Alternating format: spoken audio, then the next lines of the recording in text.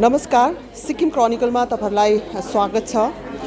Human commission साथै department of justice, ministry of law and जस्टिसको तत्वावधानमा 3 दिवसीय तालिम अर्गनाइज गरिएको थियो। विशेष गरी ह्यारेसमेन्ट एट वर्क प्लेस र पोक्सोमाथि। र अहिले हामीसँग फ्रेममा हुनुहुन्छ उहाँ हुनुहुन्छ Nitya Shriram, lead partnership Martha Farrell Foundation New Delhi, र उहाँले विशेष गरी ह्यारेसमेन्ट एट वर्क प्लेसमाथि उहाँले आज रिसोर्स पर्सन हुनुहुन्थ्यो र हामी उहाँसँग केही कुराकानी गर्नेछौँ। मैम, आपको स्वागत सिक्किम में बहुत बहुत।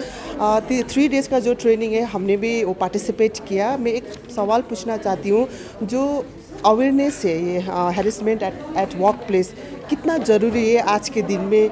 कैसा कैसा केस बाहर आ रहा है? Absolutely, thank you so much for having me here. इस इशू पर अवेयरनेस कितना ज़रूरी है, I think it's one of the most under reported issues right now, कि केसेस हो भी रहे हैं तो भी बाहर नहीं आ रहे हैं, और जब आ रहे हैं तो बहुत इंसिडियसली आ रहे हैं।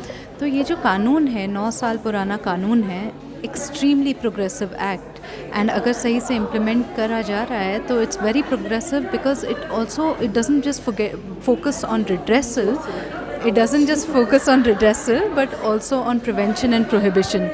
तो इस कानून के बारे में जितने से जितने लोग जानेंगे, because everyone, all female employees in both sectors, organized and unorganized, are protected under this act. तो जितनी ज़्यादा जानकारी होगी उतना बेहतर रहेगा।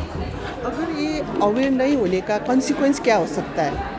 सो विदाउट अवेयरनेस, ना जाने बिना, एक बहुत इम्पॉर्टेंट चीज़ जो रह जाती है, इट इज़ कि क्या आप जब आपके साथ यौन उत्पीड़न होता है, डिफरेंट फॉर्म्स का, डिफरेंट टाइप्स का, एक तो हमारा एक बहुत पॉपुलर परसेप्शन रह जाता है कि सिर्फ physical form of sexual harassment is actually harmful, लेकिन ये अवेयरनेस ना होने के कारण हमें ये भी नहीं समझ में आता है कि हम किस हद तक प्रोटेक्टेड हैं और किस हद तक हमारे अधिकार हैं, राइट्स हैं वर्क प्लेस में।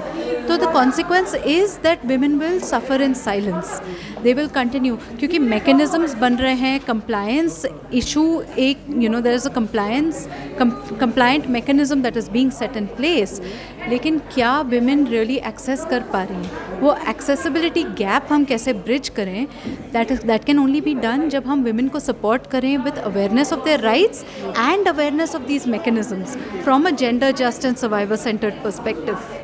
मैम, आपका क्या एक्सपीरियंस रहा है? अभी तक आप जगह जगह जाती है एज अ रिसोर्स पर्सन, तो 2013 का ये एक्ट है, तो इन जनरल इंडिया का क्या मीन्स सिचुएशन है अभी इस मामले में?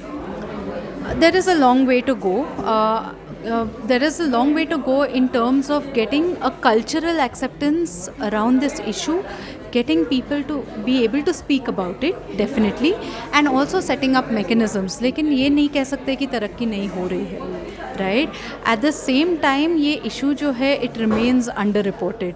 तो ये जैसे सिक्किम कमीशन फॉर विमेन ने ये ट्रेनिंग प्रोग्राम ऑर्गेनाइज़ किया है, दिस इज़ सुपर्ब प्लेटफॉर्म। ऐसे और इनिशिएटिव्स ज़रूर होने चाहिए जहाँ, because the real issues and the real challenges, जो डेप्थ ऑफ द चैलेंजेस है, वो बाहर निकल के आता है।